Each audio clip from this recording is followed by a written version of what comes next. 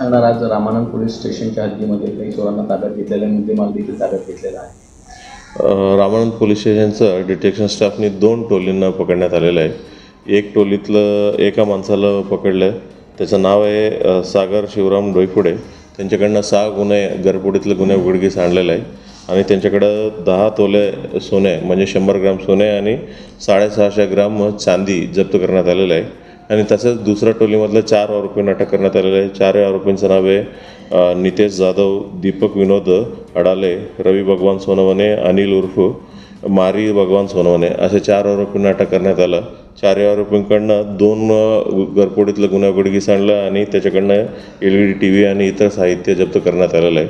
एकूण सर्व मिळून 8 लाख रुपये किमतीचं सोने, 60,000 रुपयाचं चांदी आणि 10,000 रुपयाचं LED TV आणि इतर वस्तू जप्त करण्यात आलेल्या आहे.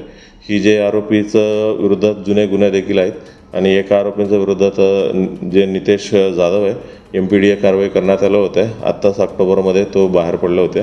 बाहेर पडल्याबरोबर तो घरफोडी करायला लागलेला आहे. आपण नेहमी जे गुन्हेगारांना चेक करायचं आमचं अभियान चालू आहे. ते चेक करत असताना म्हणजे ही गुन्हे उघडकीस आलेले आहे.